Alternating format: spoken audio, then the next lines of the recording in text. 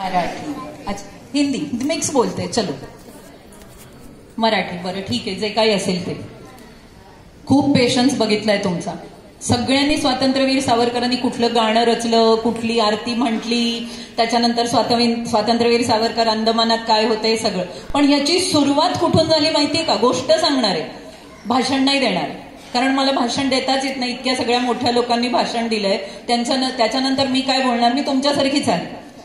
ह्याची सुरुवात झाली जेव्हा विनायक दामोदर सावरकर तुमच्या वयाचे होते. हार्डली 13-14 इयर्स के बच्चे रहेंगे इधर, बराबर, या फिर मैक्स टू मैक्स 17 to 18, है की नाही? तो तेव्हा जेव्हा ते लहान होते ना, आणि ह्याची सुरुवात म्हणजे ते स्वातंत्र्यवीर सावरकर किंवा जे काही आहे ती पदवी नंतर मिळाली, पण आधी सुरुवात तुमच्यासारखी झाली. तुमच्यासारखेच लहान होते तेव्हा ते शाळेत जायचे. तुम्ही मस्ती करता ना? खोडकर आहात की नाही? भरपूर दंगा मस्ती करतो. नाही काय केलीच पाहिजे, केली नाही तर मग मुलं कसली? हे सुद्धा एवढे मोठे असले तरी मस्ती करतच होते. तर पण सगळ्यात पहिले ही भावना की मी या देशासाठी काहीतरी करीन, ही शपथ त्यांनी कधी घेतली?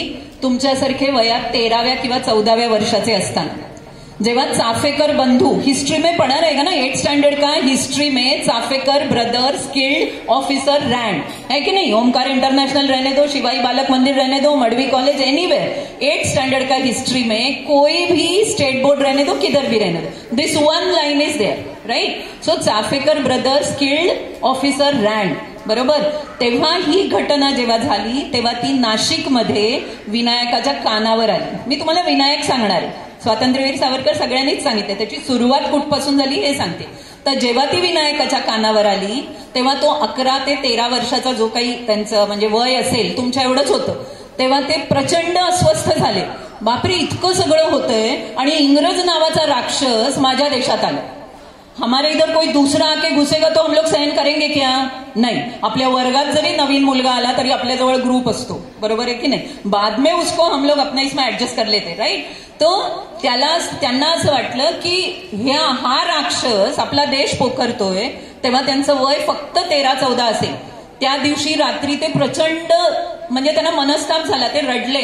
आणि त्यांच्या घरात ना देवी होती, त्यांची कुलदेवी अष्टभुजा देवी, तिच्या समोर बसून त्यांनी शपथ घेतली की मी ह्या राक्षसाला पळवून लावीन. ब्रिटिश राक्षसी आहे ना, ब्रिटिश अँड मुघल्स राक्षस आहे की देव आहे? शाबास. त्यामुळे या राक्षसांना आपण अजिबात थारा द्यायचा नाही, हे विनायकाने ठरवलं. आणि त्यांनी त्या देवीसमोर शपथ घेतली की मी शेवटपर्यंत, माझ्या शेवटच्या श्वासापर्यंत फक्त आणि फक्त या राष्ट्राचा विचार करीन. आणि त्या दिवशीपासून विनायकाचा हळूहळू स्वातंत्र्यवीर दामोदर सावरकर अशी सुरुवात झाली, बरोबर आहे की नाही? आता इथे एवढे जण बसल्यात, एक तर एवढ्या सकाळी झोप सोडून आपण इथे उठून आलो, त्याच्यानंतर इतकं सगळ्यांचं ऐकलं, बरोबर आहे? यातनं या 80तनं एक तरी सावरकरांच्या याच्यावर चालेल असं मला वाटतं. 8th स्टँडर्डचं हिस्ट्री जाऊन वाचा. आता या सरांनी सांगितलं की सावरकरांचा विषय वाचा. चित्रमय सावरकर पुस्तक ऑनलाईन ऑर्डर करा. तुम्हाला सोप्या भाषेत चित्रासकट दिलेलं आहे, ते तुम्हाला समजेल, तुम्ही वाचा and then you will be able to follow it. एकदम इझी आहे. आणि दुसरी गोष्ट, तुम्ही म्हणालात ना इंग्रज आणि मुघल हे राक्षस आहे, मग मधुबनच्या गल्लीत शॉपिंग कोण करतं? नाही करायचं. आपण हिंदू आहोत की नाही?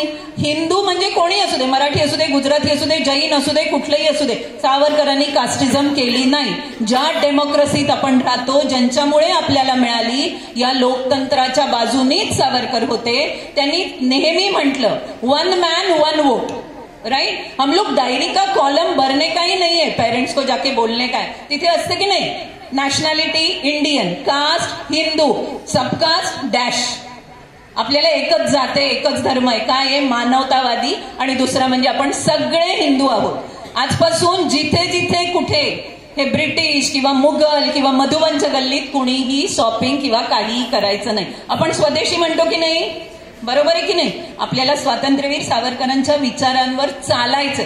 प्रयत्न तुम्ही सगळेच करत आहात, हळूहळू तुम्हाला पटेल. आपण विनायकापासून सुरुवात करायची आहे, तर आपण तात्यारावांपर्यंत पोहोचू आणि एक दिवस स्वातंत्र्यवीर सावरकरांचं स्वप्न जे हळूहळू साकार व्हायला लागलंय ते पूर्णत्वाला जाऊन अखंड हिंदुस्थान नक्की होईल, बरोबर? माझ्याबरोबर एकदा म्हणा, राष्ट्रभक्ती तुझे नाव,